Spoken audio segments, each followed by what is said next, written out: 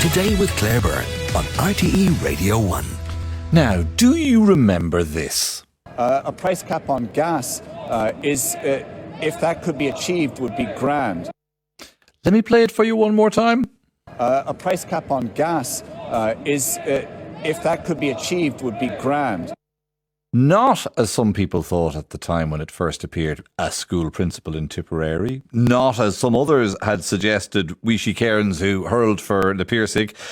It is, in fact, the Latvian Prime Minister speaking with a bit of a brogue, and it sparked a wave of curiosity on social media after Irish Times Europe correspondent Naoimi O'Leary posted it online. Well, Naoimi has been investigating this with an admirable, dogged determination ever since for a column in today's Times. She joins us on the line now. Good morning, Naoimi. Hi, good morning, Philip. How's it going? When I first heard this a couple of months ago, I just made the assumption that, like so many Latvian people, he must have come here and picked mushrooms at some point during his earlier or younger career. But not so, you say? No, his biography is a bit different, actually. So he was born in Delaware and he grew up in a sort of an American Latvian community. His parents had left Latvia during the Soviet times. So he does have, very much fluent English. And then he moved back to Latvia in about 1997 permanently and became a businessman there. But there's no early Irish links. I have to listen one more time now to see if I get any Delaware out of this. Harry, again, please. A price cap on gas if that could be achieved, would be grand. Did you catch him, do you think, just in a kind of an outlier moment where he sounded very Irish, or is that how he typically sounds when speaking English? He does waver, so sometimes he sounds a lot more Irish than others. And that particular moment, I think also because he said gas and grand, which are just common features of Irish speech, he just did sound particularly Irish. So I looked into this and I kind of made it my mission to try and ask him in person, because it's the kind of question where you need to ask the person individually what's behind it. Like, did they have an Irish friend or have they spent time in Ireland to really understand? Now, he did do a PhD in linguistics, actually studying the sort of flow of the Latvian language and the tunefulness of it. So he might have a particularly sensitive ear to accents. But so what I did was, when he was speaking on that moment, he actually gave those remarks to the press corps who were waiting for his arrival at a summit in Prague. So when the EU leaders arrive to these things, they take a few moments sometimes to speak to the press, and you might get an opportunity to shout questions at him. So I made a plan, and last week when the summit was on, I actually waited out. I staked out the Latvian Prime Minister to ask him the specific question about his accent. In the context of Russia's threatened invasion looming large and whatever other issues are on the international agenda, was he caught a little bit off guard by this one? Yeah, I mean, I was kind of embarrassed, to be honest, but I just was persevering because I knew this is a matter of national importance. So, yeah, like when he arrived, it was actually quite tense because there was a lot of journalists who were really urgently asking him questions like about the gas crisis and about, Latvia's position on this. And, it was all very sort of like it was a proper media scrum, and some journalists were roaring at him.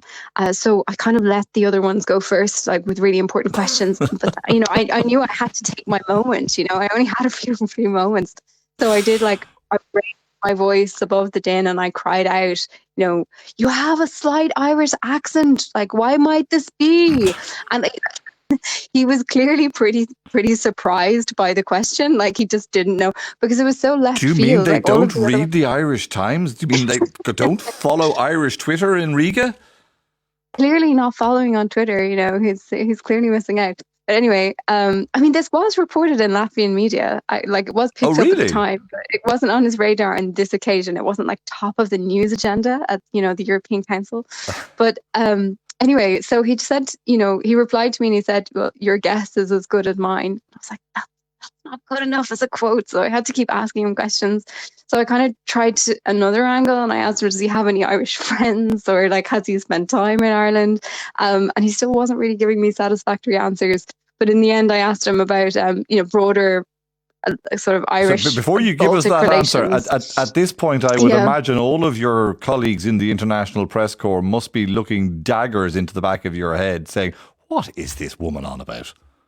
I think they were just really puzzled. Like, what is this story? Like, it's normal that sometimes journalists come with like a particular national angle that's not that relevant to others. But this one was a little bit bizarre. So, yeah, I think I was definitely getting some funny looks. All right. So on your third attempt, what answer did you get? He said that, Latvia and Ireland have wonderful relations. There's a big Latvian community in Ireland, and he said, if this has had an effect on my accent, so be it. That was maybe a good thing. But what really kind of cracked the case, though, was a conversation that I managed to have with an Irish MEP who gave me a bit of the backstory about what might explain all of this. Yes. So. The smoking gun is that, so the Latvian Prime Minister's name is Krišjānis Kariņš, which begins with a K. And the lead Fine Gael MEP in the European Parliament, who's in the same political group as him, he's called Sean Kelly, also with a K. And so the Karins and Kelly, just for alphabetical reasons, were seated together for the guts of 10 years in the European Parliament. They literally sat next to each other at all the plenaries. And I spoke to Kelly about this, and he told me that they became friends. He said they were, he was quite a good friend. They had great chats. They sometimes used to sneak off for a drink together when there were like events on, and they'd say like, we'll skip the speeches and we'll go off for a drink. And then actually, Krišjānis Kariņš actually visited Killarney. So he went, and the two of them walked the Gap of Dunloe. So they struck up a friendship. And so Sean Kelly told me like he hopes that he's not surprised anyway if he's picked up an Irish accent. But to be clear, it's actually a Kerry one. It's not just an Irish one. Well, with that in mind, let us, Harry, listen to it just one more time, please. A price cap on gas is, if that could be achieved, would be grand. You see, of course it makes sense. I mean, there's no way that you have not listened to somebody from Ireland for a very long time if you're using the word grand. Not just saying it like that, but using it in that context. Sure, that'd be grand. Yeah, it's a genuine phenomenon in Brussels that you come across people who have remarkably Irish accents who might not have any particular link to the country, except that they just spend time around Irish people. They just have Irish friends and they pick up these turns of phrases. So yeah, the advance of Byrne English is progressing as planned after Brexit. Very good.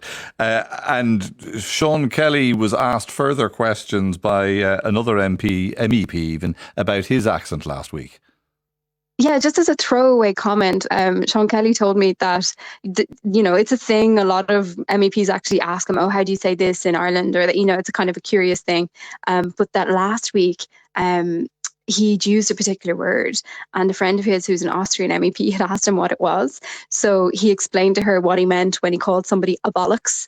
And now apparently, according to Sean Kelly, there's an Austrian MEP going around the European Parliament calling people a bollocks. Oh, no. So he said... This is how wars start, Naoimi.